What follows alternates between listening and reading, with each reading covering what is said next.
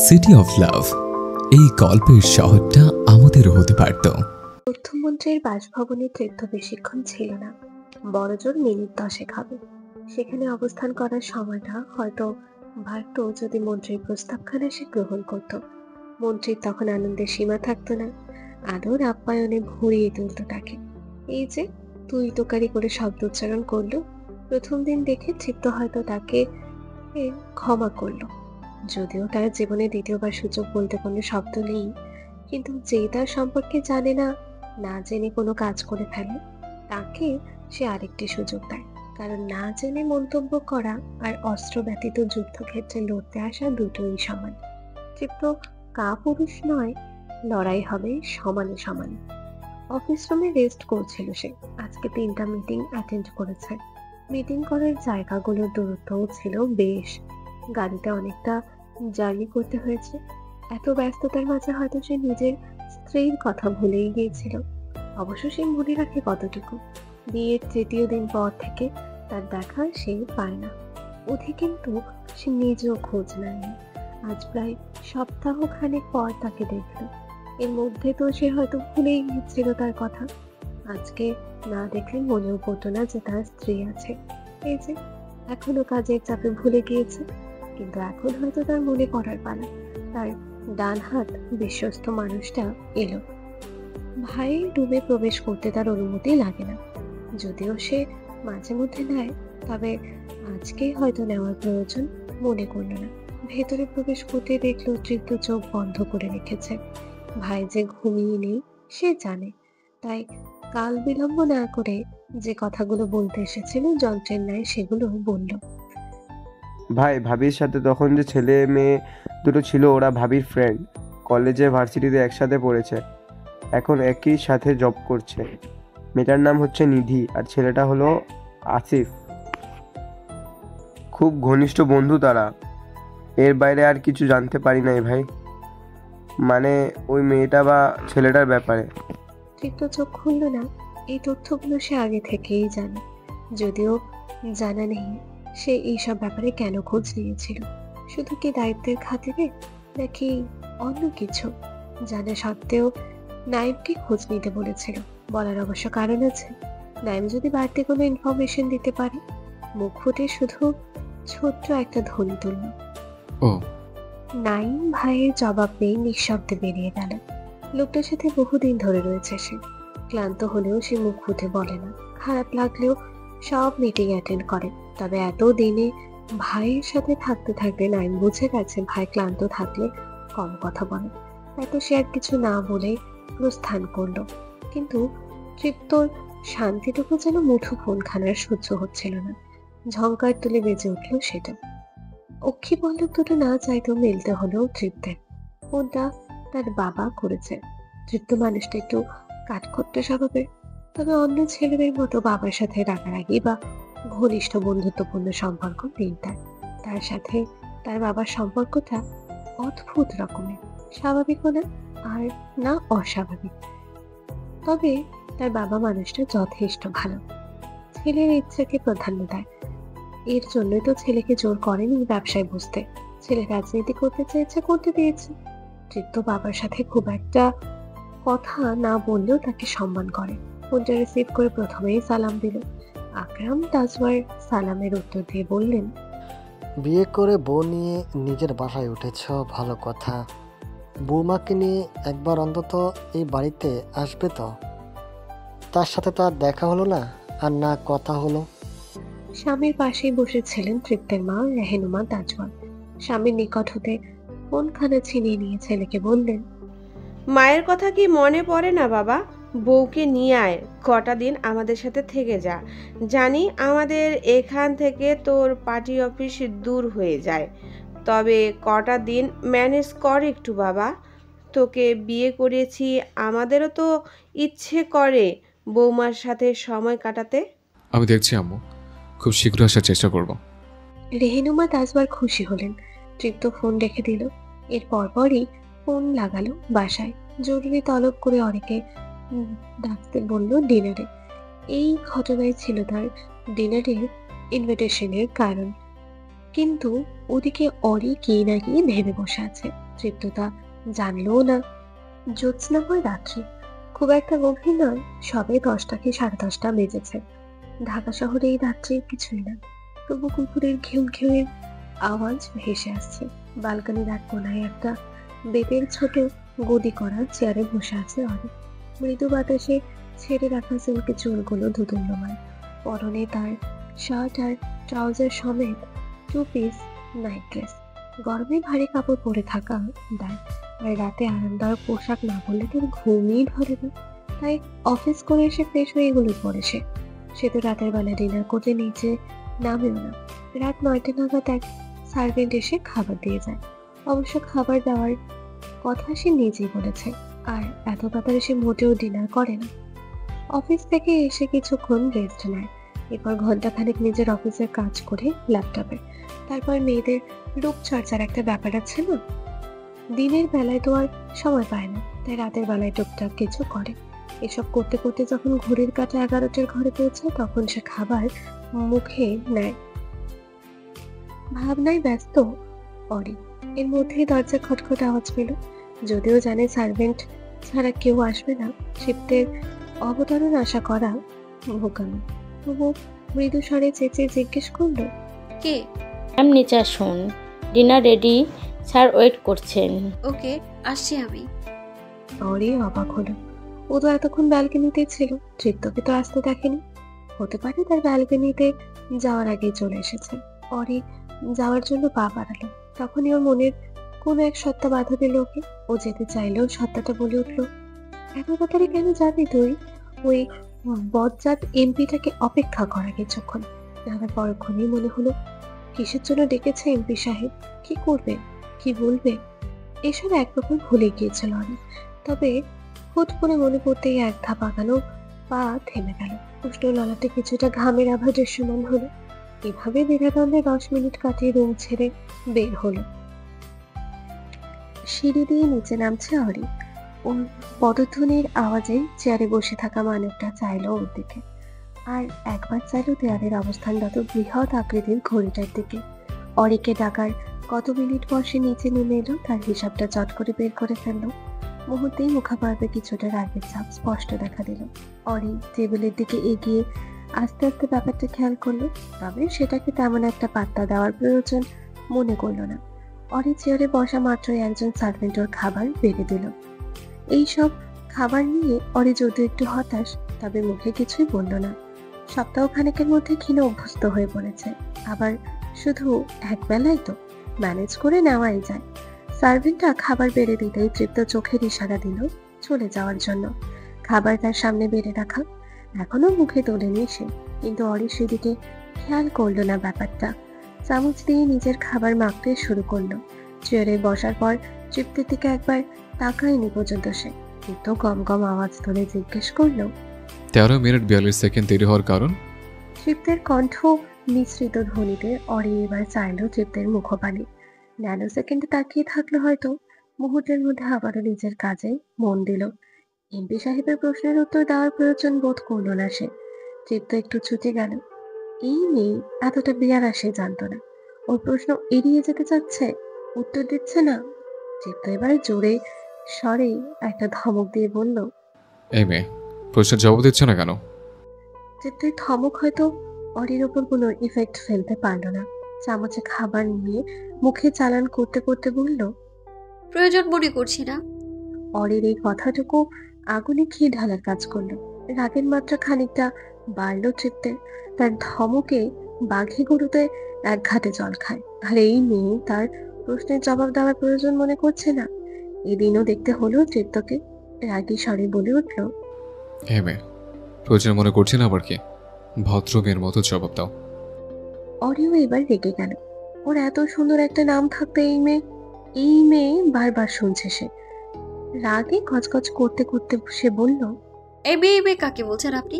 বাবা মা আকিকা দিয়ে আমার সুন্দর একটা নাম রেখেছে, অরিশমিতা রওজা, বুঝেছেন? আর আপনাকে কৈফিয়ত কেন দেব আমি? কন্ট্রাক্টটা ভুলে গিয়েছেন? মনে করাতে হবে আমায়। ও শিট, আমার কাছে তো ওটার কপি নেই। যতদূর মনে পড়ে ওটা তো আপনার কাছে আছে। এমপি সাহেব কি তাহলে রুলস বলে গিয়েছেন? তো স্যাড। আমি মনে করিয়ে দিচ্ছি, ওয়েট। প্রথম হলো, আমরা কেউ কারো লাইফে ইন্টারফেয়ার করতে পারবো না। দ্বিতীয়ত, ব্যাস, তৃপ্ত আর সইতে পারল না। মেয়েটাকে যেমন মনে হয়েছিল, এই তার একদম বিপরীত। একে তো দেরি করে এসেছে, এখন আবার বকবক করছে। তৃপ্ত বিরক্ত হয়ে বলল, চুপ করো বেয়াদব মেয়ে, আমার সব মনে আছে। বেয়াদব? আমাকে বেয়াদব বলা? আদব নেই আমার, এটাই বলতে চাইছেন, রাইট? ইচ্ছে তো করছে আপনার নামে মামলা ঠুকি আমি, নিউজ করে আপনাকে এক্সপোজ করে দিই। এমপি সাহেবের আসল রূপ। নেহায়তি আপনার মতো এরকম একটা মানুষ, যে আমার সো কল্ড পতি পরমেশ্বর, এটা কেউ জানুক আমার একদমই পছন্দ না। তৃপ্ত রেগে গেল। ওকে পাত্তা দেওয়া হচ্ছে না। কত বড় সাহস এই মেয়ে, ওর সাথে আবার উঁচু গলায় কথা বলছে। আমার এক দৌড়েতে মেয়েরা পেছনে লেগে যাবে, আর তুমি আমাকে এই কথা শোনাচ্ছ? হ্যাঁ, পচা জিনিসে মাছি একটু বেশি ভনভন করে। যাই হোক, কিসের জন্য ডিনার রেখেছেন? স্বার্থ ছাড়া তো আর ডাকেননি আপনি। তৃপ্ত আর অরিকে ঘাঁটল না। যদিও এই মেয়ের কথায় রাগে তার মাথা ফেটে যাচ্ছে, তবুও এরকম বাচাল মেয়ের সাথে আর কথা বাড়াবে না। বললেই শুধু কথা বাড়াতে থাকবে। নেহাতি বাবা মাকে সম্মান করে, কথা দিয়েছে তাদের বৌমাকে নিয়ে ও বাসায় যাবে, তাই ডেকেছে অরিকে। গলাটা একটু পরিষ্কার করে বলল, আব্বু আমু যেতে বলেছে, আমাদের ও বাসায় গিয়ে থাকতে হবে কয়েকদিন। অরি বুঝলো এবার আসল কাহিনী। এই কথাই জানানোর জন্য ওকে ডাকা হয়েছে। শ্বশুরবাড়ির কারোর সাথে ঠিক মতো পরিচয় হয়ে ওঠেনি অরি। বিয়ের আগের দিন জানতে পারলো পরের দিন বিয়ে। পাত্রের নাম আর পরিচয়টাই জেনেছিল শুধু। আর বিয়ের দিন কয়েক ঘন্টার জন্য শ্বশুরবাড়ির কিছু লোকের দেখা পেয়েছিল সে। তবে কারোর সাথে তেমন কথা হয়নি। শ্বশুরকে সে আগে থেকেই চেনে, আকরাম তাজওয়ার। একবার ইন্টারভিউ নিয়েছিল লোকটার, খারাপ মনে হয়নি। যথেষ্ট অমায়িক প্রায় আচার ব্যবহার, কিন্তু ওই ব্যবহারটুকু কি শুধু ক্যামেরার সামনেই করেছিল? বাস্তব জীবনে কি তেমন জানা নেই অরি। ধারণাও করতে পারছে না। স্বামী যদি এমন হয়, তাহলে শ্বশুর শাশুড়ি ননদ আর দেবরী বা কেমন হবে কে জানে। মনের চিন্তা মনে রেখেই তৃপ্তকে জিজ্ঞেস করলো, কবে যেতে হবে? নেক্সট উইকে। ওকে। তৃপ্ত এবার একটু ইতস্তত বোধ করলো। এই কথাগুলো বলা বেমানান, কিন্তু এই মেয়েটার যে ধ্যান জ্ঞান দেখছে তাতে না বলেও উপায় নেই। শেষ পর্যন্ত বলতেই হলো, আমাদের কন্ট্রাক্টের ব্যাপারটা ও বাসার কেউ যেন না জানতে পারে। ওগুলো আমাদের মধ্যে সীমাবদ্ধ থাকবে। ও বাড়িতে আমরা পারফেক্ট কাপড়ের মতোই থাকবো। আর এরকম উড়নচণ্ডী ভাব যেন না থাকে তোমার মধ্যে, নম্র ভদ্রভাবে থাকবে। তো আমাকে কি আপনার অভদ্র মনে হয়? বিরক্তিকর দৃষ্টি নিক্ষেপ করে কথাটা জিজ্ঞেস করলো অরি। তবে এখন আর জবাব দিল না তৃপ্ত। ও কিছু বললে এই মেয়ে আবারও শুরু করবে তো করবেই, থামার আর নামই নিবে না। তৃপ্ত কিছু বললো না দেখে অরিও আর কিছু বললো না, খেয়ে উঠে চলে গেল। তবে যুক্ত হলো নতুন চাপ, ভালো বউ হওয়ার লড়াই তার এখন। নিকোষ কালো রাত্রির শেষে আসে উষা লগ্ন। ভোরের মিষ্টি আলোটুকু ছেয়ে যায় চারিদিকে। শুরু হয় কর্মব্যস্ততা, গৃহিণীদের গার্হস্থ্য জীবনের ব্যস্ততা। খবরওয়ালার হাঁক ডাক শোনা যায় সকালের সূচনা লগ্নে। খবর দিয়ে যেন মানুষের দিনের প্রারম্ভিকের উদ্বোধন হয়। আর সে খবরগুলোই সারাদিন অফিসে বসে প্রস্তুত করে অরি। কালকের খবরে কি ছাপা হবে এটার জন্য তাকে সকালে অপেক্ষা করতে হয় না, আগে থেকেই জানে সে। নিত্যদিনের মতোই আজকেও দিন শুরু হলো অরি। সেখানে কোনো ভিন্নতা পরিলক্ষিত হলো না। এমপি সাহেব বসা থেকে বের হতে সেও বেরিয়ে পড়ল। নাস্তা সারল না, এর জন্য অফিসে গিয়ে বগল দাবা করে 2 ফ্রেন্ডকে নিয়ে ছুটলো ক্যান্টিনে। এই কয়েকদিনে অরির সাথে এই দুজনের অভ্যেস হয়ে গেছে, তাই নিধি আর আসিফও বাসায় আর ব্রেকফাস্ট করে না, 3 জন একসাথে করে। সিরিয়াসলি? দুলাব্রোর সাথে তুই তোর শ্বশুর বাড়ি যাচ্ছিস, এর জন্য আবার 1 সপ্তাহ ছুটিও নিচ্ছিস? অরি এসে সবটা জানালো ওদের, আর তার প্রেক্ষিতে নিধি শিওর হওয়ার জন্য এভাবে বলল। অরিও মাথা নাড়িয়ে সম্মতি প্রদান করলো। নিধি আবারও বলল, নো টেনশন বাহেন, এই সুযোগ দুলাব্রোর কোনো অতীত আছে কিনা, কোনো মেয়ের থেকে ছ্যাঁকা খেয়েছে কিনা জানতে হবে তোকে। এর জন্যই কি তোর প্রতি এত অবহেলা, অবিচার করছে নাকি সব জানতে হবে। আর ও বাড়িতে গিয়ে কিছু গড়বড় হবে তো বিজনেসম্যান ও এমপির মুখের সামনে আনবো। তোকে অপমান অসম্মান করলে নো কম্প্রোমাইজ। আমি নিজেও একমত। তাড়াতাড়ি সিমখানা বের করতো। তোর শ্বশুরবাড়ি যাওয়ার আগে এমপিকে একটা ডেমো দেখিয়ে দিই। বলেই আসিফ চেয়ার ছেড়ে উঠে দাঁড়ালো। কিছুটা দূরে গিয়ে পিছনের দিক থেকে অরির কয়েকটা ছবি তুলে ফেরত এলো। অরি সিমটা আবারও আসিফের ফোনে ঢুকিয়ে দিল।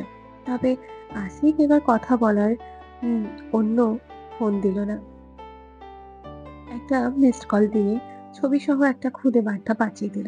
বার্তাটা এরকম ছিল, বউয়ের খোঁজ খবর ছাড়া দেখে এমপি সাহেব নিজের কাজ করে যাচ্ছেন। বউয়ের খবর টবর একটু নিন, সুন্দরী বউ তো হাতছাড়া হয়ে যাবে তাহলে। বার্তাটুকু পাঠিয়ে সিমটা আবারও খুলে অরির হাতে দিল আসিফ। ওদিকে তৃপ্ত মিটিং এ ছিল, তার ফোনটা তখন নাইমের হাতে ছিল। মিসড কলের 2 মিনিট পর টুংটাং আওয়াজ হতে ফোনটা চেক করলো সে। ভাবির পিছন দিক থেকে তোলা ছবি, যদিও বাম দিক হতে কিছুটা মুখ দৃশ্যমান হয়েছে, হাস্যোজ্জ্বল দেখাচ্ছে তাকে। আর মেসেজটুকুও দেখলো। তৃপ্ত তখনও সবার সাথে কথা বলতে ব্যস্ত। এর মাঝেই নাইম ফোনটা এগিয়ে দিল তৃপ্তের নিকট। তৃপ্ত কিছুটা বিরক্ত বোধ করলো, কাজের সময় ডিস্টার্ব পছন্দ না তার। বিরক্তিকর দৃষ্টি নিক্ষেপ করলো নাইমের দিকে। নাইম বুঝলো কিন্তু ব্যাপারটা গুরুত্বপূর্ণ, এখন না জানালে পরে যদি আবার বেশি ঝামেলা হয়, তাই বলল, ভাই দেখাটা খুব জরুরি। তৃপ্ত এক্সকিউজ মি বলে সবাই একটু এতে অবাকও হলো। মিটিং এর সময় কারোর ফোন অ্যালাউ না, তৃপ্তই নিষেধ করেছে, সেখানে ওই ফোন ধরছে, হয়তো খুবই গুরুত্বপূর্ণ কিছু। তৃপ্ত ফোনটা নিল নাইমের থেকে, ইচ্ছা না থাকা সত্ত্বেও প্রথমে ছবিটা দেখলো, এবার বার্তাটুকু পুরো চোয়াল শক্ত হয়ে এলো। এরকম ফাইজলামি কে করছে তার সাথে, কার এত বড় সাহস হয়েছে? তৃপ্তকে রেগে যেতে দেখে নাইম বলল, ভাই নাম্বারটা ট্র্যাক করার ব্যবস্থা করছি। সেবারের ঘটনা হয়তো ভুলে যাস না নিশ্চয়ই। এতক্ষণ আমাদের জন্য ওয়েট করছে না সে। সিমটা খুলে ফেলেছে এতক্ষণে, আমাদের লাভ হবে না। কথাটুকু শেষ করে তৃপ্ত আবারও মিটিং এ মনোনিবেশ করলো। এতক্ষণ ওদের কথা কেউ বুঝলো না, দুইজন কি নিয়ে কথা বললো আর তৃপ্তকে জিজ্ঞেস করার সাধ্য তাদের নেই। চোখের পলকে সপ্তাহখানে ঘুরে গেল। ইতোমধ্যে অরি অফিস থেকে ছুটিও নিয়ে নিয়েছে। আজকের রাত, তারপর অরি প্রথমবারের ন্যায় শ্বশুর বাড়িতে পদার্পণ করবে। নিয়ম মফিকি সকল কাজ করলো সে। এবার পা দুখানা বাড়ালো ব্যালকনির উদ্দেশ্যে। যান্ত্রিক হাওয়া ইদানিং আর ভালো লাগে না। মুক্ত বাতাস তার পছন্দ, আর মুক্ত পাখির ন্যায় উড়ে বেড়াতে চায় সে। বুকের মধ্যে চেপে রাখা কষ্ট। যতই হোক মেয়ে মানুষ, বাবার বাড়িতে যেমনই ছিল না কেন সমস্যা নেই, সেখানে সে যা খুশি করে বেরিয়েছে। তবে স্বামী নামক মানুষটার নিকট সে একটু বাধা পড়তে চেয়েছিল, কিন্তু সেটা হয়তো তার কপালে নেই। বিয়ের প্রথম দিনই সে ধারণা করে ফেলেছে তার পরবর্তী জীবন কিভাবে কাটতে চলেছে। সেখানে প্রতিপত্তি ক্ষমতার অভাব নেই, তবে ভালোবাসার অভাব আছে। বিয়ের পর তো সে মনে প্রাণে ভালোবেসতে চেয়েছিল স্বামী নামক মানুষটাকে, কিন্তু তার হলো কই। আকাশে চাঁদ মিটিমিটি করে তারা জ্বলছে চাঁদের চারিপাশে, তবে চাঁদের গায়ে কলঙ্কের দাগ, কিন্তু চন্দ্রলোকে সেই দাগ তুচ্ছ। অরের বিষণ্ণ মন খারাপ বলে উঠল, ও চাঁদ, আমার মতো কি তুমিও একা বিষণ্ণ? হয়তো একই নাওয়ের মাঝি আমরা দুজন। ভগ্ন হৃদয়খানা হয়তো সারা জীবন একাই বয়ে বেড়াতে হবে আমায়। তুমি না হয় ওই দূর থেকেই আমার পাশে থেকো। ব্যালকনিতে দাঁড়িয়ে কিছুটা সময় চন্দ্রবিলাসের পর নিজেই রুমে ফিরে এলো অরি। আজকাল তার আর ভালো লাগে না। নিধি আর আসিফের জন্যই নিজের পুরোপুরি সত্তাকে হারিয়ে ফেলেনি সে, না হলে কবেই হারিয়ে যেত এই চঞ্চল অরি। বিষণ্ণতার দরুন খেয়ালে এলো না অরি। তার পাশের ব্যালকনিতেই তার বজ্জাত এমপিটা এসে দাঁড়িয়েছিল কিছুক্ষণ। দৃষ্টি ছিল অরির দিকে, যা দেখলে হয়তো অবাকই হতো অরি। তৃপ্ত ভেবে পেল না অরি কেন বিষণ্ণ, তার হৃদয় এত কষ্ট কেন। মেয়েটা তো হাসতে আর বাচালের মতো কথা বলতেই জানে, তারও কি কোনো বেদনা আছে? পর মুহূর্তে ধারণা এলো এত কেন ভাবছে সে। তবে তৃপ্ত নিজেও বেশ চিন্তিত। কে অরিকে ফলো করছে, ওর ছবি তুলে পাঠাচ্ছে তাকে। সব দ্রুত বের করতে হবে, নিজের শত্রুতার জন্য অরির কোনো ক্ষতি হোক, এটা সে চায় না। গ্রীষ্মে ঔদ্ধত্যপূর্ণ আচরণের সাথে তাল মিলিয়ে শুরু হলো আজকের কর্মব্যস্ততা। এ শুধু কর্মব্যস্ততা নহে, এ হলো গন্তব্য ব্যস্ততা। ভোরের সূর্যোদয়ের সাথে পূর্বের দিনের সব ভুলে নবদিনের সূচনা। প্রাণে আনে ভাবনা, আনন্দ, বেদনা, বিস্ময়। পাখির কিচিরমিচির, কুকুরের ঘেউ ঘেউ, যানবাহনের মাত্রাতিরিক্ত কর্কশধ্বনি সবই যেন ভোরের আলো ফুটতে না ফুটতে এসে জানান দেয় নতুন দিবসে। সূর্য ওঠার সাথে পাল্লা দিয়ে দিন শুরু হয় তৃপ্তে। এমপি সাহেবের বাইরে ভেতরে সবেতেই ব্যস্ততা। সকালে উঠতেই ছাদে অবস্থিত ছোট্ট একটা কামরায় শরীর চর্চা করে সে। ৩১ বছর বয়সী সুঠাম দেহের অধিকারী এমপি আহনাফ তাজওয়ার তৃপ্ত ভার্সিটিতে পড়াকালীন সময়ে রাজনীতিতে জড়িয়ে পড়েন সে। ভার্সিটিতে নাম ডাক ছিল তার প্রচুর। তারপর অক্লান্ত পরিশ্রম, নিজের দল গঠন, দলীয় সবকিছুতে নিজের রাজত্বের বহিঃপ্রকাশ, সবকিছুর পর আজকে সে এই জায়গায়। ছোট এই জীবনটায় বয়সের তুলনায় শত্রুর সংখ্যাই বেশি তার। সে আর করবে? রাজনীতি যেন এক নেশা। এই নেশায় একবার জড়িয়ে পড়লে সেখান থেকে বেরিয়ে আসার পথ নেই। ডাম্বেলগুলো নির্দিষ্ট সময় পর্যন্ত উঁচু নিচু করা, ঘড়ি ধরে আধা ঘন্টা ট্রেডমিলে দৌড়ানো, আর ও যন্ত্রপাতি কিছুক্ষণ নাড়াচাড়া করার পরই শরীর চর্চা শেষ হলো তৃপ্তের। এরপর নির্ধারিত প্রোটিন সেটটি পান করে নিল। এখন সোজা নিজের রুমে গিয়ে শাওয়ারের নিচে দাঁড়াবে। এটাই তো তার নিত্যদিনের সকালের রুটিন। শাওয়ারে দাঁড়িয়ে প্রথমে সামনে থাকা কাঁচের আয়নাতে নজর গেল তার। দেহের আকৃতি গড়ন নিজের চোখে দেখল না, ভুঁড়ি নেই পেটে। রাজনীতির টাকায় খেয়ে দিয়ে পেট বেলুনের নয় ফোলাই মিশে। হাতের মাসলগুলো উঁচু উঁচু, কেউ দেখলেই বলে দেবে নিয়মিত শরীর চর্চার ফল এগুলো। তবে এত শক্তপোক্ত দেহ বানিয়ে তার তেমন একটা কাজে লাগে না।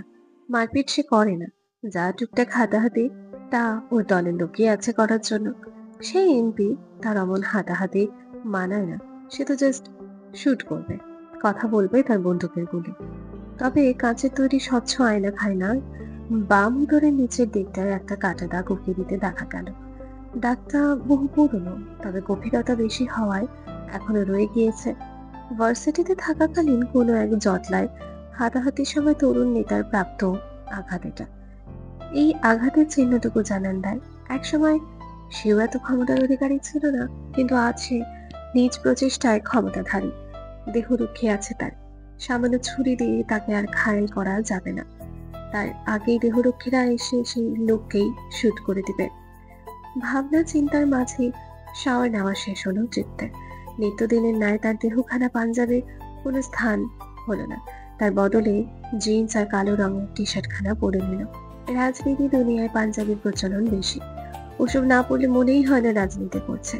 তবে আজকে সে পার্টি অফিসে যাবে না, সব মিটিং ক্যান্সেল করছে আর সমস্ত দায়িত্ব অর্পণ করছে বিশ্বস্ত নাইমের নিকট। ঘড়ির কাঁটা 7টা বেজে 30 মিনিটে পৌঁছাতেই তার সমস্ত কাজ শেষ হল। সকাল 9টা নাগাদও বাসায় যাবে বলে স্থির করল। এখন একটু বসলো নিজের ল্যাপটপ খানা নিয়ে। সেটা ধরে কিছুক্ষণে চাপাচাপি করতে মুহূর্তের মধ্যে ঘড়ির কাঁটা 8টা বেজে 45-এ ঠেকল। হাতের দামি ঘড়িটার দিকে নজর দিতেই চোখে পড়ল তার। স্মরণে এলো অরির কথা। সে কতদূর তৈরি হলো? একবার ভাবলো সার্ভেন্টকে দিয়ে খবর পাঠাবে, কিন্তু তখনই মনটা বলে উঠল তুই যা, তোর নিজেরও তো এখন গুরুত্বপূর্ণ কাজ নেই। মনের ইচ্ছাকেই প্রাধান্য দিয়ে রুম থেকে বের হলো সে। যদিও নিজের মধ্যে কিছুটা অস্বস্তি কাজ করছে, তবু নক করলো অরির রুম।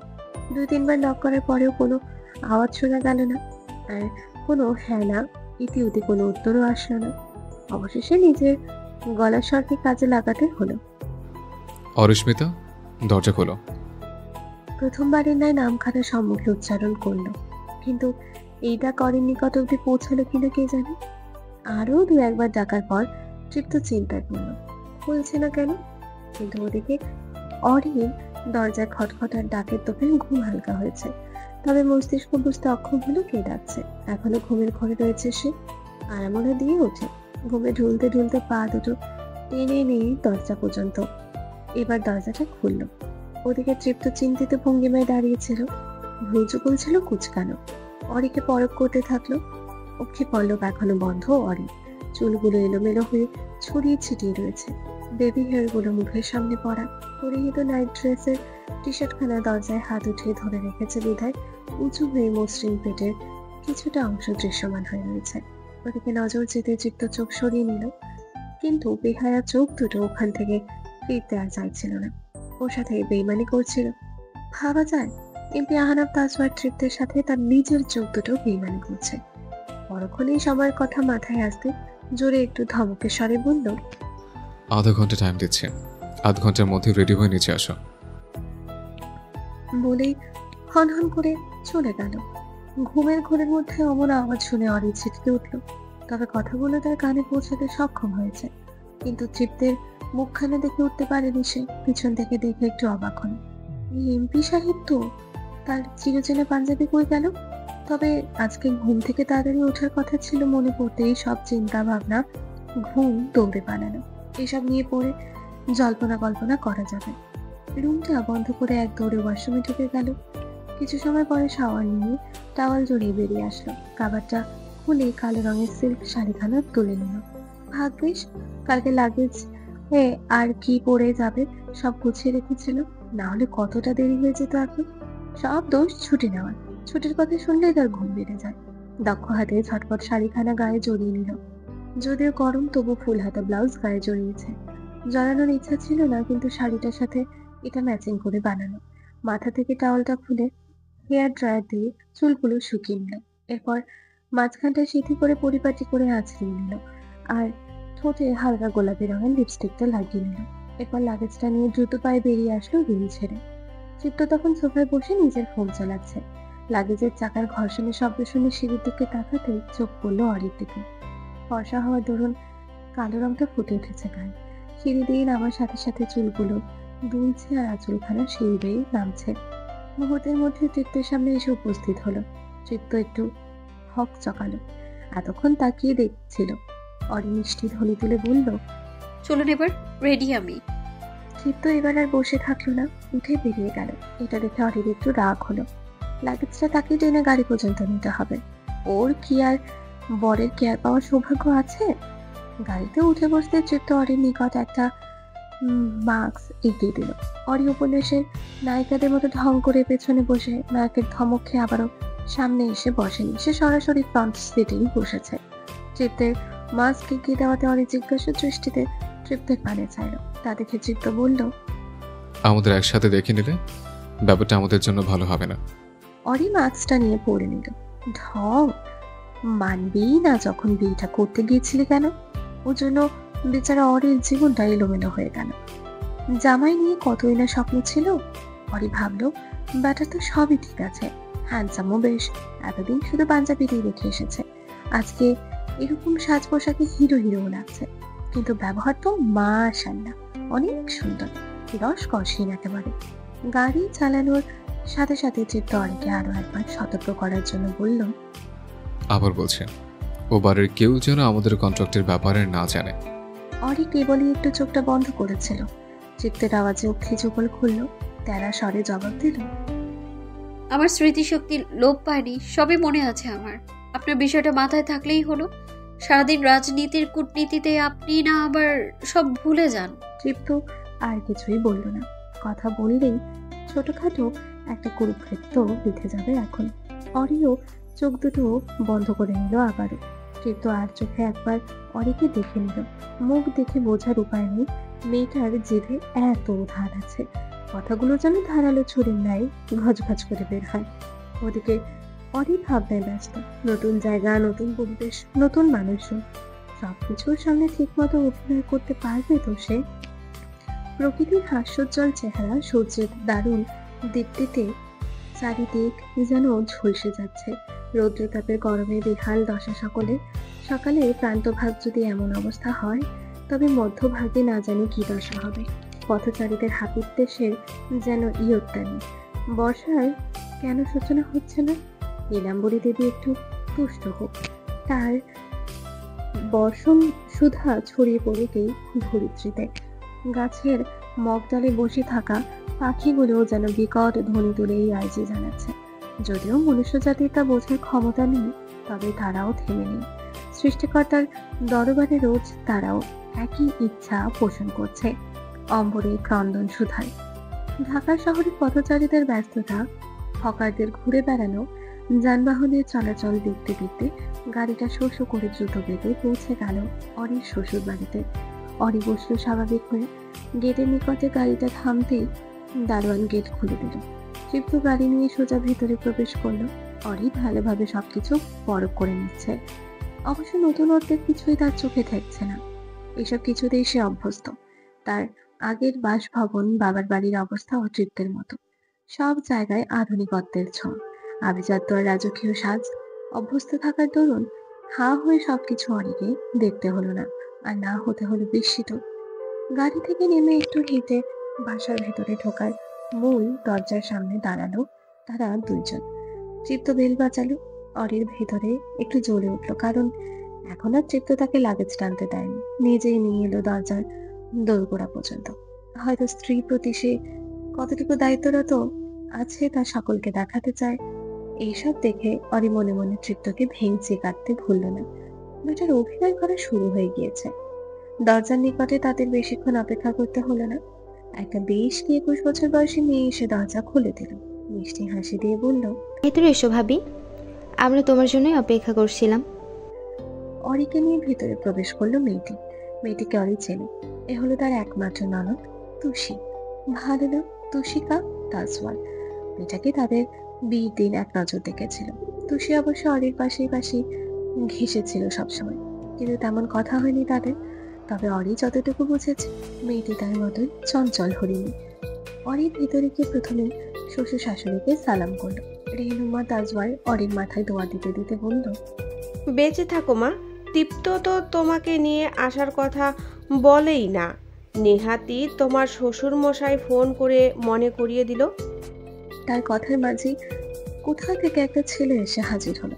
কোন রকম হেয়ালি ছাড়াই বলে উঠল, এরকম একটা মিষ্টি বউ পেয়েছো দেখেই তো তোমার বড় ছেলের নিয়ে আসার কথা মনেই থাকে না।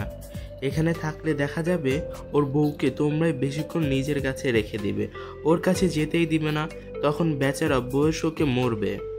অরি তাকালো ছেলেটার দিকে। একেও দেখেছে বিয়েতে, নামটা স্মরণে আসছে না। কে এ?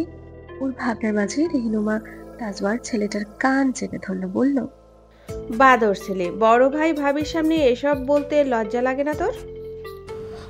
মা ছাড়ো, লাগছে আমার। প্রথম দিনেই ভাবির সামনে মান ইজ্জত সব ডিটারজেন্ট দিয়ে ধুয়ে দিচ্ছ কেন? ভাবির সাথে পরিচয়টা তো হতে দাও। হ্যালো ভাবি, আমি তোমার একমাত্র কিউট সুইট দেবর আবরার, তাও আর তুর্ণ। আমি অরিস্মিতা রওজা। ভাবি, তোমার কি কোনো ছোট বোন আছে? কেন? তোমার মতোই তো মিষ্টি হতো সে, তাকেও এ বাড়িতে আনার ব্যবস্থা করতাম, তবে তখন তোমরা দুই বোনে একসাথেই থাকতে পারতে। আমার কোনো ছোট বোন নেই। বড় বোন অবশ্য আছে, কিন্তু তার বিয়ে হয়ে গিয়েছে, বাচ্চাও আছে একটা। ও, বেচারা তুর্নের মন খারাপ হলো, কিন্তু কি আর করার। পরিচিত পর্ব এখানে সমাপ্ত হলো। রেহনুমা তাজওয়াল এবার ছেলে বৌমাকে নিয়ে বসলেন ডাইনিং টেবিলে। জানে কেউ ব্রেকফাস্ট করে আসেনি। অরি এতক্ষণ অবাক নয়নে চিত্তকে দেখছিল। বেটা এসে দেখে ফোন নিয়ে পড়েছে। একটা কথাও বললো না, আর না কারো কথা কানে ঢোকালো। ডাইনিং টেবিলে নিজের প্রিয় খাবারগুলো দেখে চোখ দুটো চকচক করে উঠলো অরি। এতদিন বাইরে খেয়েছে এসব পরোটা, ডাল, মাংস। এখন বাসায় তৈরি হোমমেড খাবার খাবে। রেহনুমা চৌধুরী সকলকে নিচে বেড়ে দিয়ে তারপর বসলেন। তবে তৃপ্তের প্লেটে আজও পরোটার দেখা পাওয়া গেল না। নিত্যদিনের মতো তার প্লেটে ব্রেড টোস্ট, এগ পোচ দেখা যাচ্ছে। অরি আর সেদিকে দেখলো না। এর একটা সব জায়গাতেই এমন। ভেবেছিল বাসার মানুষজনের সাথে অন্তত ফ্রি, কিন্তু আসার পর থেকে কেমন আছো ব্যতীত আর কোনো বাক্য এসে উচ্চারণ করেনি। অরির খেতে একটু লজ্জা লাগছে। প্রথমবার শ্বশুর বাড়ির লোকেদের সাথে খাচ্ছে। এটা দেখে অরির শ্বশুর আকরাম তাজওয়াল বললেন, লজ্জা পেও না মা, তুমিও আমাদের বাড়ির একজন সদস্য। নিঃসংকোচে খাও, আর যা লাগবে নিয়ে নাও। না আঙ্কেল, ঠিক আছে। আঙ্কেল কি? আমি না তোমার শ্বশুর মশাই? আব্বু বলো। অরি যেন আর একটু লজ্জায় পড়ে গেল। শ্বশুর মশাইকে আঙ্কেল ডেকে ফেলেছে। বাধ্যমের মতো মাথা নেড়ে বলল, ঠিক আছে আব্বু। ভদ্রলোক খুশি হলেন। অরিও মনে মনে খুশি হলো। শ্বশুর বাড়ির প্রতিটা লোক তবে ভালো, কি সুন্দর করে কথা বলে। তবে এমপি সাহেব হয়েছে কার মতো? নিশ্চয়ই শাশুড়ি আম্মু। লোকটা পেটে থাকতে বেশি বেশি কথা করলা খেত, না হলে যার বাবা মা ভাই বোন এত মিষ্টিভাষী, সে কিভাবে এত বোরিংতে তো কথা বলতে পারে? ভেবে কুল কিনারা খুঁজে পেল না। আসার পর থেকে চিত্তের রুমে একবারও যায়নি অরি। ড্রয়িং রুমে বসেছিল। এরপর তুষি সাথে করে ওই রুমে নিয়ে এসেছে। চিত্ত চলে গেছে নিজের রুমে। তবে লাগেজটা ওর অবশ্য একজন সার্ভেন্টকে দিয়ে রুমে পাঠিয়ে দিয়েছে। আর ওর শ্বশুর ও দেবর বেরিয়ে গিয়েছে অফিসে। ওনারা ওদের আসারই অপেক্ষাতে ছিল শুধু। সকালের খাবার একসাথে খেয়েছে, আবার রাতের খাবারও একসাথে খাবে। অল্প সময় ভাব হয়ে গেল তুষি আর অরির মধ্যে। আসলে দুজনেই সমপ্রকৃতির মানুষ হলে যা হয় আর কি, এর মধ্যে এমন ভাব হয়েছে। আর দুজনেই এতটা পরিমাণ গল্পে মশগুল হয়েছে যে দুপুরে খাবার খেতে কেউই নিচে নামলো না। সার্ভেন্ট এসে খাওয়ার জন্য ডাকতেই তুষি ওদের দুজনের জন্য খাবার নিয়ে দিয়ে যেতে বলল। সার্ভেন্ট তাই করলো, আবার খাবার শেষে নিয়েও গেল। খাবার পর বেশ কিছু সময় রেস্ট নিল তারা। এরপর আবারও মুখে খই ফুটতে শুরু হলো দুজনের, কথার বর্ষণ শুরু হলো। এর মধ্যে জানা গেল তুষি ভার্সিটিতে পড়ে, এবার 3rd ইয়ারে। এরপর আরো নানা গল্প গুজব হলো। তুষি ওদের ফ্যামিলির ব্যাপারেও অনেক কিছু বলল। এক পর্যায়ে অরি ফট করে প্রশ্ন করলো, তোমার বড় ভাই আবার এক্সচেঞ্জ হয়ে যায়নি তো? না মানে তোমাদের স্বভাব আর ওনার স্বভাব একেবারে বিপরীত তো। আর বলো না ভাবি, আম্মুকে এই প্রশ্ন করতে করতে আমি অস্থির। কিন্তু আম্মুর একটাই জবাব, তার বড় ছেলে নর্মালে হয়েছে, ইভেন বাসায় জন্মেছে, তাই এক্সচেঞ্জ হওয়ার কোনো সুযোগই নেই। ও সারাটা দিন ভালোই কাটলো অরি। রাতের ডিনার রেহনুমা তাজমান নিজে তৈরি করেছেন, সার্ভেন্ট শুধুমাত্র হেল্প করেছে তাকে। অরিও বহুদিন পর তৃপ্তি করে খেয়েছে আজ। বাবার বাড়িতে থাকতেও তার এই সৌভাগ্য হয়নি, যেটা সে অনায়াসে শ্বশুর বাড়িতে পেয়ে গেল।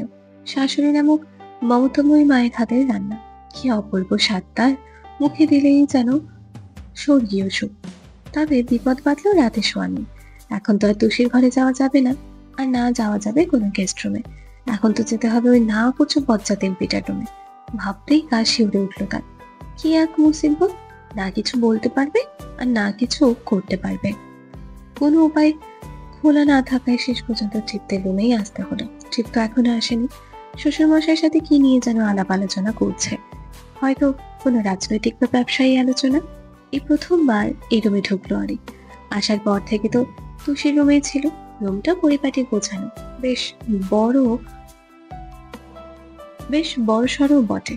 রুমের মধ্যমণি হয়ে রয়েছে বিশাল বেডটা, যেখানে অনায়াসে 4 বা 5 জন মানুষ ঘুমাতে পারবে। রুমটা ধূসর বর্ণের, কিছু ওয়াল পেইন্ট দৃশ্যমান তাতে, কাবাডখানা শ্বেত বর্ণের। তবে সবচেয়ে আশ্চর্যের জিনিস হলো এখানে বিশাল বড় একটা বুক শেলফ রয়েছে। আন্দাজ অনুসারে গোটা 200 অধিক বই থাকার কথা। রুমটাকে ভালোভাবে পরিদর্শন করা শেষে অরি লাগেজ থেকে নাইট 2 পিস নিয়ে চলে গেল ওয়াশরুমে। সকাল থেকে শাড়ি পরে আছে, এখন সত্যি বিরক্ত লাগছে ওর।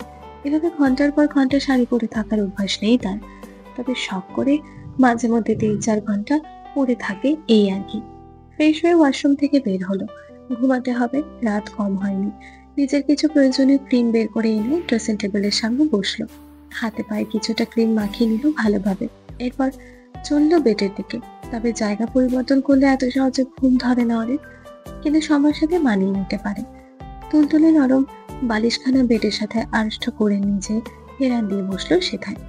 হাত বাড়িয়ে বেড সাইডের পাশে থাকা ছোট টেবিলখানা থেকে এসির রিমোট নিয়ে নিজের প্রয়োজন অনুযায়ী এসির টেম্পারেচার সেট করে নিল।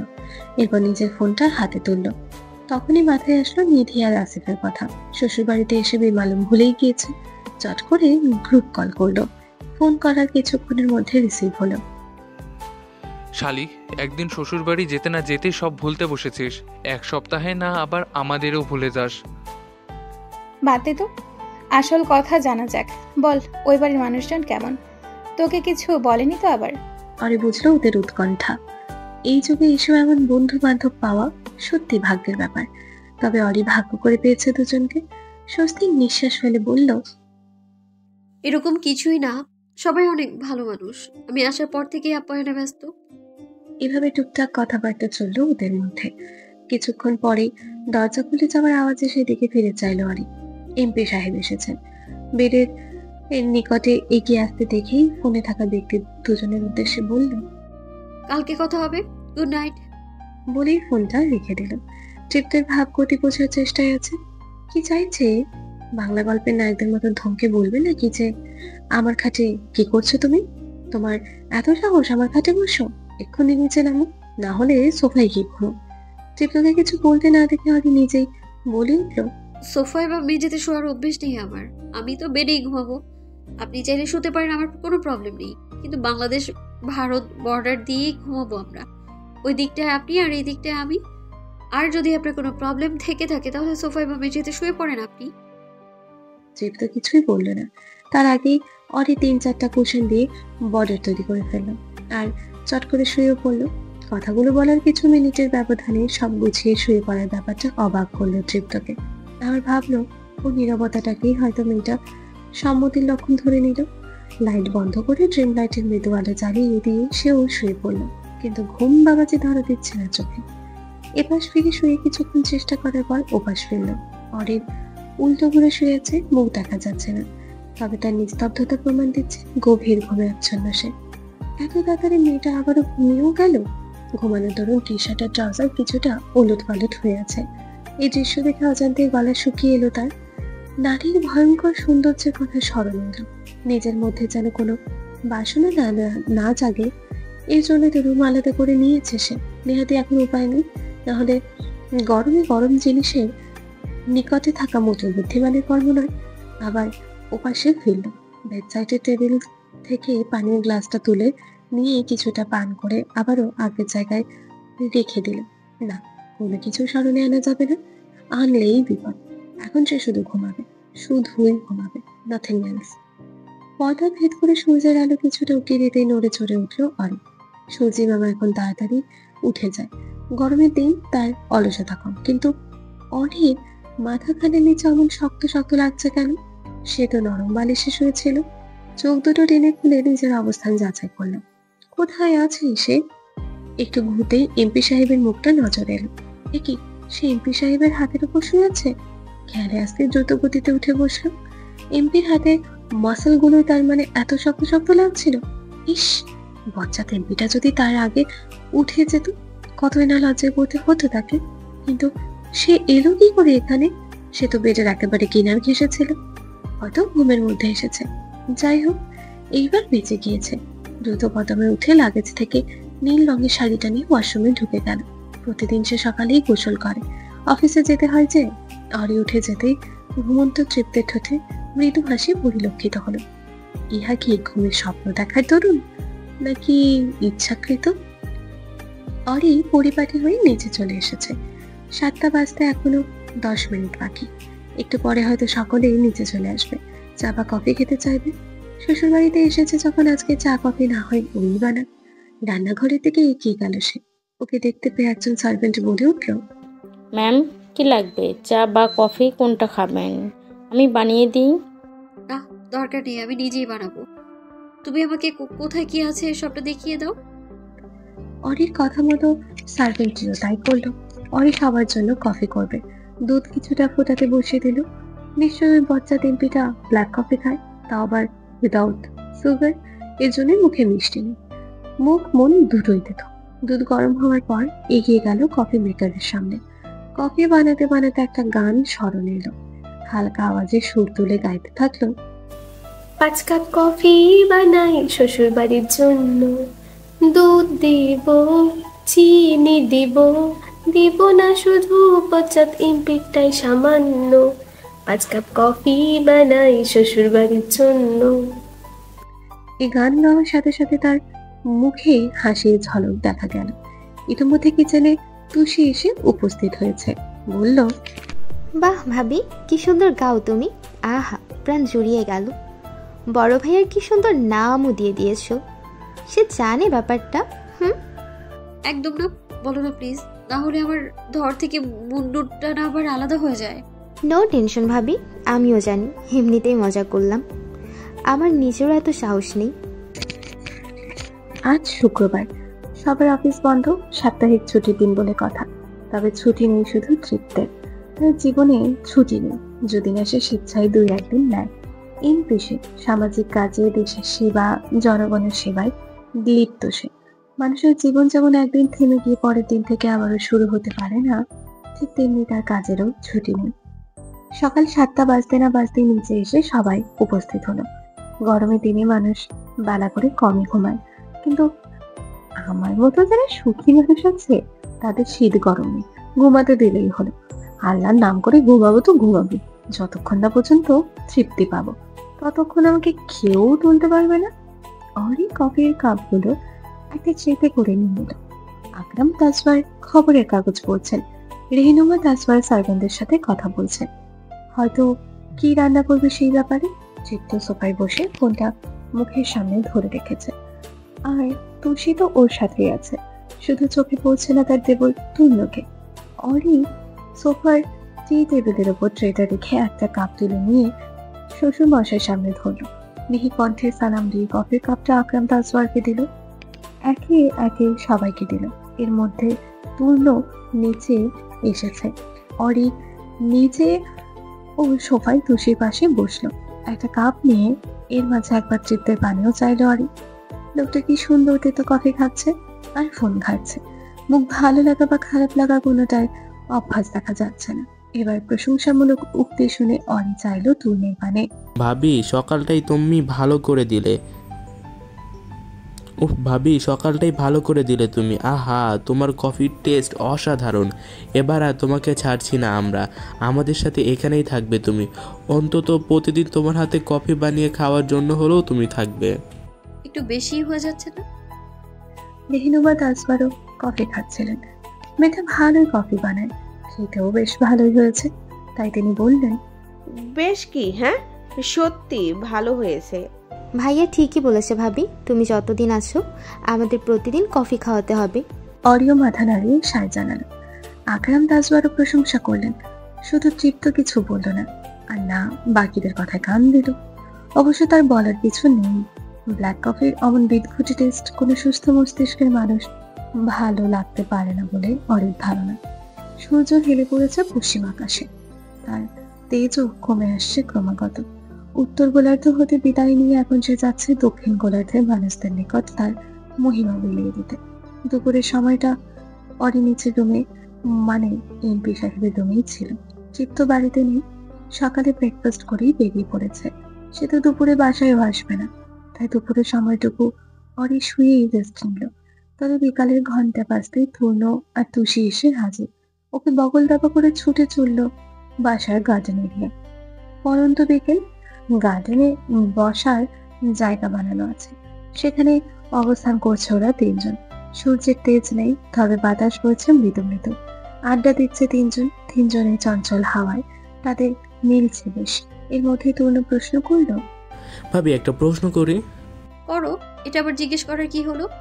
আসলে প্রশ্নটা একটু ক্রিটিক্যাল, কারণ মেয়েদের বয়স জানতে চাওয়া মানে দুই গালে দুইটা জুতার বাড়ি খাওয়া। তবে তুমি যদি আমার গাল দুটোকে একটু ছাড় দিয়ে বলতে। এ আর এমন কি প্রশ্ন? আম 25+। ওহ গ্রেট ভাবি, তুমি আমার সমবয়সী। অরি কিছু একটা ভাবলো, গল্প করতে বসেছে। এখনই মোক্ষম সুযোগ এমপি সাহেবের অতীতের ব্যাপারে খোঁজ নেওয়ার। বেটা ছাকা টাকা খেয়ে আবার নারী বিদ্বেষী হয়নি তো? অরি বলল, এবার তোমরা আমাকে বলো তো, তোমাদের বড় ভাইয়ার কোনো গার্লফ্রেন্ড ছিল নাকি? সব সময় অমন সুইচ অফ থাকে কেন? ছ্যাঁকা খেয়ে অমন হয়েছে নাকি? কি যে বলো না ভাবি, আমার ভাইকে ছ্যাঁকা দিবে এরকম মেয়ে বাংলাদেশে আছে নাকি? উল্টো সে কত মেয়ের জীবনে অজান্তেই ছ্যাঁকার কারণ হয়ে দাঁড়িয়েছে। তবে ভাইয়ার জীবনে একজনেই পছন্দ করেছে, আর আজকে সে তার বউ, আর সেটা হচ্ছে তুমি। মানে আর কি, ভাইয়ার তো বয়স হচ্ছিল। আব্বু আম্মু যখন বিয়ের কথা তুললো তখন সে গম্ভীর কণ্ঠে বলল, আমার নিজস্ব পছন্দ আছে। তখন আব্বু জিজ্ঞেস করলো, কে সে? তখন বলল, বিজনেসম্যান রাজীব মুক্তাদিরের ছোট মেয়ে অরিস্মিতা রওজা। অরিটা চরম বিষয় আছে। সে কি কানে ঠিক শুনলো? না না, এ হতে পারে না, নিশ্চয়ই সে ভুল শুনেছে। ছোট করে ধ্বনি তুলে বলল, কি পছন্দ করতো? ও মা, তুমি এমন আশ্চর্য হচ্ছ কেন? তোমরা তো দুজন দুজনকে পছন্দ করতে না? ডেট করনি তোমরা? না, তোমার ওইরকম রসকসীন ভাইয়ের সাথে কে ডেটে যাবে? তার ব্যবহারই তো মেয়েরা ভয় পালাবে। কি বলো ভাবি? আমরা তো ভেবেছি তোমরা আগে থেকে নিজেদের পছন্দ করতে, ভাইয়া যেভাবে বলেছিল। তাই না রে ছোট ভাইয়া? তনুকে গোতা মেরে তুষি কথাটা বলল। তনু একটু অবাক হয়েছে, সে নিজেও তাই ভেবেছিল। তুষির ধাক্কা হয়ে তারই ঘুরে করে জবাব দিল, হ্যাঁ আমিও তাই ভাবছি। ভুল, বিয়ের দিনের আগে তোমাদের ভাইকে এতটাও কাছ থেকে দেখিনি আমি। খবরের কাগজে বা কোনো প্রোগ্রামে দেখেছি, তাও দূর থেকে। তবে সামনাসামনি কথাবার্তা বা সাক্ষাৎ হয়েছে বলে তো আমার মনে পড়ছে না। জানো ভাবি, আমারও বিশ্বাস হচ্ছিল না। ভাইয়া যখন বললো তোমাকে পছন্দ করে, ইভেন তোমার ছবিও সে আমাদের দেখিয়েছিল, আমরা তো দেখেই তোমাকে আমার তো দেখেই তোমাকে পছন্দ হয়ে গিয়েছিল, আর এখন তো আরও ভালো লাগছে। অরি হাসলো কথা শুনে, কিন্তু মনের ভেতর তার এক গাদা প্রশ্ন জমা হয়েছে, যেগুলোর উত্তর খুঁজতে হবে তাকে। নিধি আর আসিফকেও ব্যাপারটা জানাতে হবে। সমস্যার সমাধান খুঁজতে এসে এমন ভয়াবহ তথ্য জানতে পারবে, অরি তা ঘুণাক্ষরেও ভাবেনি। মনটা আকুলি বিকুলি করছে উত্তর জানার জন্য। এমপি সাহেবকে জিজ্ঞেস করবে এইসবের ব্যাপারে। থাক, আগে নিধি আর আসিফের সাথে পরামর্শ করে নেওয়া ভালো। নিশীথ কালো রাত্রে মেঘময় কালো আকাশে মিটিমিটি করে তারা জ্বলছে। চাঁদের আকৃতি ক্রমশ ছোট হয়ে এসেছে, যা জানান দিচ্ছে সামনে অমাবস্যা আসতে চলেছে। অমাবস্যার কালো আধারের রাতের মতো আজও নেমে এসেছে কারো জীবনে দুর্যোগ। দূরের হুতুম প্যাঁচার ডাকটা জানান দিচ্ছে অমঙ্গলের খবর। অবশ্য একদিন হওয়ারই ছিল এমনটা। বিশ্বাসঘাতকতা করেছে, তার শাস্তি তাকে পেতেই হবে। অশুভ শক্তি যতই শক্তিশালী হোক না কেন, আজ তার নিস্তার নেই। কেন এমন কি করলি রবি? ভুলে গিয়েছিলি রাস্তায় আহত অবস্থায় তুই কাতরাচ্ছিলি, তাই নিজ দায়িত্বে তোকে বাঁচিয়েছিলাম, তোকে একটা জীবন দান করেছি। আসলে ভুল হয়েছে। ভাই যদি সেদিনই তোকে না বাঁচাতো, তোকে মরতে দিত, তাহলে আজ হয়তো তুই এই কাজ করতে পারতি না। নিকোষ কালো অন্ধকারাচ্ছন্ন পরিত্যক্ত এক রুমে রবিকে বেঁধে রাখা হয়েছে। হলুদ রঙের লাইটটা হালকা আলো দিচ্ছে, তবে সেই আলোর পরিধি খুবই ক্ষীণ। মারা হয়েছে রবিকে, ঠোঁটের কোনো কাটা দাগ স্পষ্ট, কিছুটা রক্ত সেথায় শুকিয়ে লেগে আছে। নাইম নিজেও এসে কয়েকটা ঘুষি মেরেছে, মাথার রক্ত ছলকে উঠেছে। ভাইকে মারতে চেয়েছিল জেনে রাগের বশে, তাই মেরে দিয়েছে। কিন্তু তৃপ্ত এখনও শান্ত, তবে এই শান্ত রূপটাই ভয়ঙ্কর কিছু ঘটার ইঙ্গিত দিচ্ছে। নাইমকে শান্ত করার জন্য বলল, নাইম, হচ্ছেটা কি? জানিসই তো, কুত্তার পেটে ঘি হজম হয় না। আমাকে বলতে দেন ভাই, মরার আগে ওর একটু অনুশোচনা বোধ করা উচিত। ওর কত বড় কলিজা হয়েছে, আপনারে মারতে চায়। ওর টাকার দরকার আপনার কাছে চাইতো, ও কেন জামশেদ আলীর ভুট্টোর সাথে হাত মিলাইয়েছে? শান্ত হ তুই, ভুট্টা ছেড়ার সময় হয়ে গেছে। তাড়াতাড়ি আবর্জনা পরিষ্কার কর। বিশ্বাসঘাতকতার শাস্তি নিশ্চয় অজানা নয় ওর। জি ভাই। নাইম দুটো শ্যুট করলো।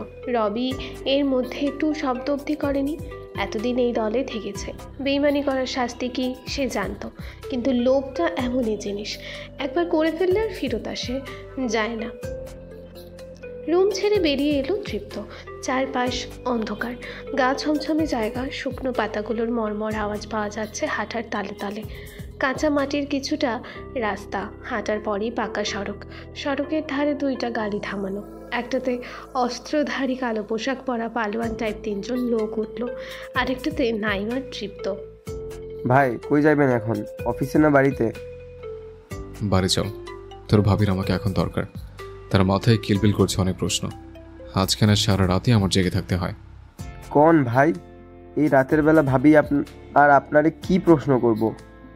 আজকে তো অনেক খাটুনি গেছে, আপনি তো বাসায় যে রেস্ট নেবেন।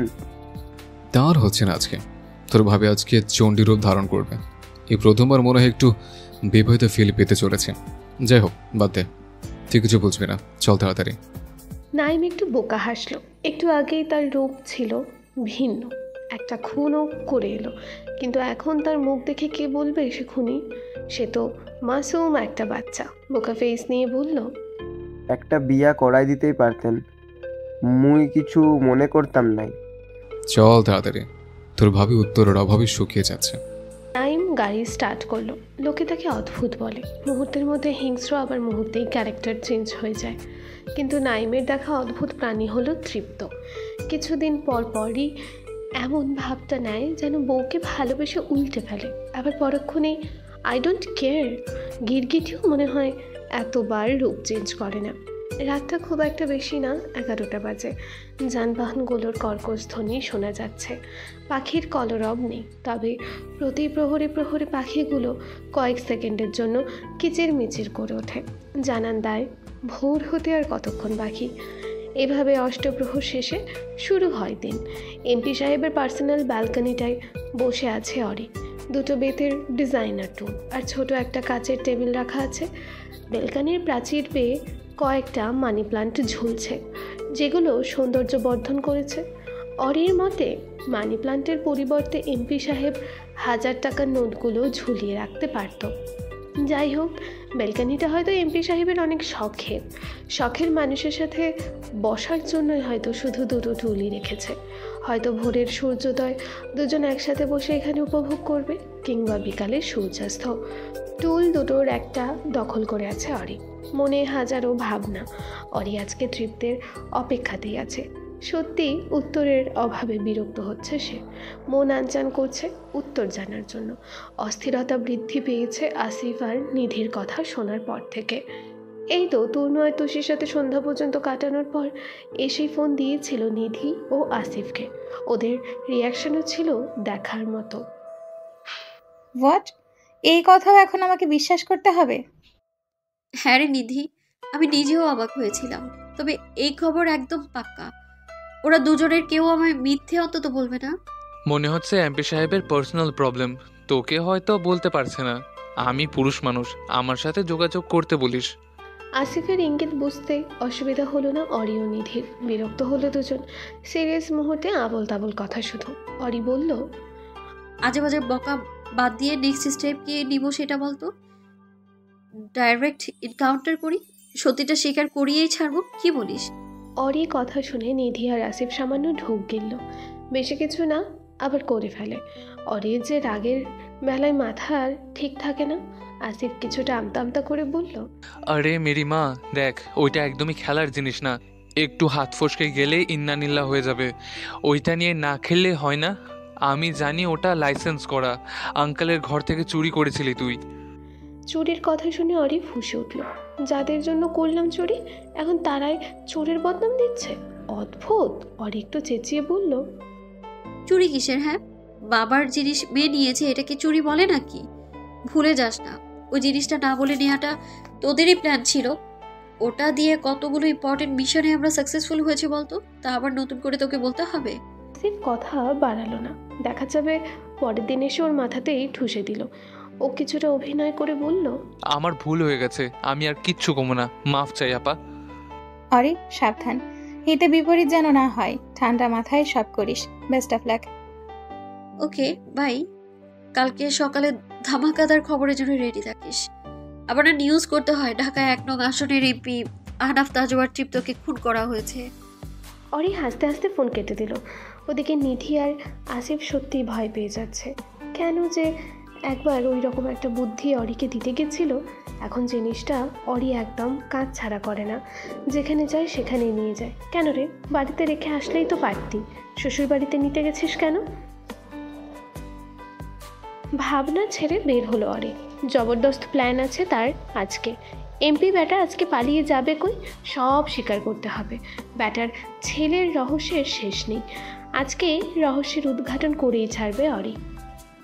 পৃথিবী পুরোই একটা গোলকধাঁধার মতো। এখানে এমন অনেক কিছু ঘটে যা কল্পনাতীত, আবার এমন অনেক ঘটনা ঘটে যার ব্যাখ্যা দেওয়া যায় না। বড় বড় বিজ্ঞানী বা মনীষীরা এর রহস্য উদ্ঘাটন করতে পারে না। সেসব ঘটনাকে বলে অলৌকিক ঘটনা বা অব্যাখ্যানীয় ঘটনা। তবে আজকের ঘটনাকে কল্পনাতীত বলা যায়। এই ঘটনায় দেখলে যে কারোরই মাথায় হাত যাওয়ার কথা, কারণ এমন ঘটনা যে আদৌ ঘটতে পারে তা ঘুণাক্ষরেও ভাবা ভুল, কিন্তু ঘটেছে। তৃপ্তের গাড়ি এসে থামলো গেটের সামনের দিকটায়। অরি ব্যালকনিতে দাঁড়িয়ে ব্যাপারটা খেয়ালে রেখেছে। তৃপ্তকে আসতে দেখেই নিজের প্রস্তুতি নিয়ে ফেলল। তার ভাবটা এমন, হয় এসপার নয় ওসপার। রুমের দরজাটা লক করা নেই, শুধু ভিড়িয়ে রাখা আছে। রুমটা ঘুটঘুটে অন্ধকার করে রেখেছে, আর সে দরজার দিকটায় গিয়ে দাঁড়িয়েছে। হাতে তার মোক্ষম অস্ত্র। এটা দিয়েই আজকে ভেলকিবাজি দেখাবে। কয়েক সেকেন্ডের অপেক্ষা।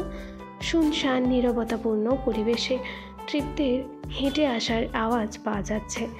আর কয়েক কদম মাত্র। কিছু সময়ের ব্যবধানে পদযুগল থেমে গেল। এখন দরজা ধাক্কা দেওয়ার পালা। চিঁ চিঁ ধ্বনি তুলে দরজাটা খুলছে। খোলা মাত্রই কোনো কিছু দেখা গেল না, শুধু কালো কালিমা ছাড়া। তৃপ্তের ভ্রু সামান্য কুচকালো। মস্তিষ্ক কিছু ভাববে তার হলো না। ন্যানো সেকেন্ডের মধ্যে কপাল বরাবর কিছু স্পর্শ পেল। অন্ধকার থাকায় ঠাহর করতে পারল না সেটা।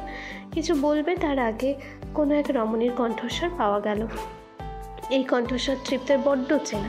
চেনা আওয়াজ শুনে মস্তিষ্ক কিছুটা শান্ত হলেও যে কথাগুলো শুনল তাতে বিস্ময় খানিকটা বাড়ল ওই কমল না। রমণী কোমল কণ্ঠের পরিবর্তে তেজোদ্দীপ্ত কণ্ঠে বলল, কিপ কোয়াইট, ডোন্ট টক।